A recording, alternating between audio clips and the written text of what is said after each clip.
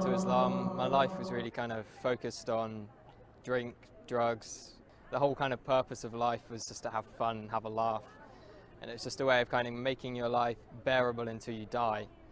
I tended to kind of be in a kind of heavy metal crowd, hanging around a lot of people with similar interests, which weren't always the best company to keep. My first experience of seeing Muslims was the 9/11 attacks. I remember I was quite young at the time and I wasn't completely aware of what was going on. In fact, I ran to one of my friends after seeing the news report and I told him that the tourists had declared war on America because I'd never heard of terrorists before. As the war was unfolding and I was seeing more and more about the war in Afghanistan, I started understanding that these people were Muslims and that the Muslims were doing these horrible atrocities across the world. So from that kind of media bombardment, I started getting a strong hatred for Muslims. So much, in fact, I tried to join the army 3 times with the goal of wanting to go over there and kill as many of these people as I could, to do my bit for the country and to make it a bit safer for my family. I thought they were kind of the big evil of the world. I started hearing a bit more about Islam. It was the last time I was applying for the army. I came across this radio station. It was at a time when I was listening to conspiracy theory radio and things like this.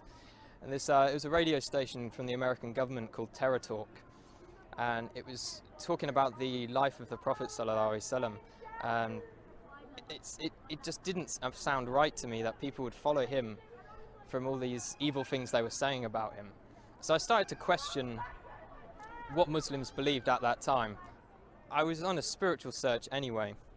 At the time I was looking into Norse mythology and paganism, and one of my friends turned to me and said, before you decide on this paganism thing, have a look around a bit more. And then I eventually picked up the Quran from my college. When I had it, I actually thought I was picking up a terrorist handbook, and I was a bit worried that MI5 were going to come after me as soon as they saw me take it out of the library. But as soon as I started reading the book, it hit me immediately, and I couldn't stop reading it. It sank deep into my heart. And as I kept continuing through the different surahs, I remember reading about the people in the fire having boiling water to drink, burning their throats. And as I could read this and I was living this awful life, I could feel my throat burning, and I could feel kind of how real this thing was and how I had to change. The first day I went to the mosque, I spent all day there reading, and my mum called me in the evening and asked me, where had I been all day? And I said I was at a mosque. She's like, what? No, you can't be at a mosque, you're a Christian. Christians don't go to mosques. And she was very, very shocked and thought I was going down a bad path. That was my mum's original reaction. After a while she started to accept it. She'd done a lot of crying. I'm not too sure why she was crying. I think she felt I was rejecting everything she'd taught me. A lot of people say when they find Islam, it's as if they've come home. And that's just the feeling I get. It's as if me in the past wasn't me at all. I was being controlled by something else.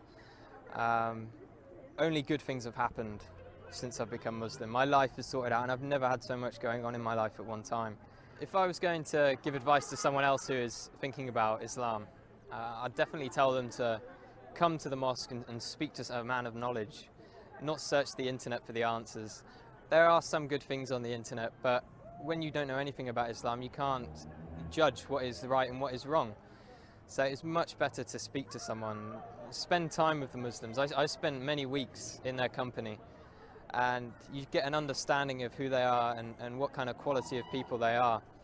Don't be afraid of what your family think.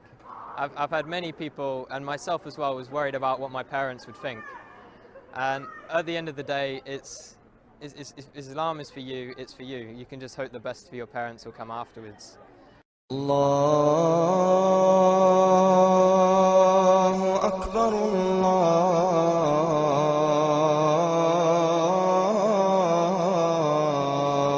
Akbar, Allah.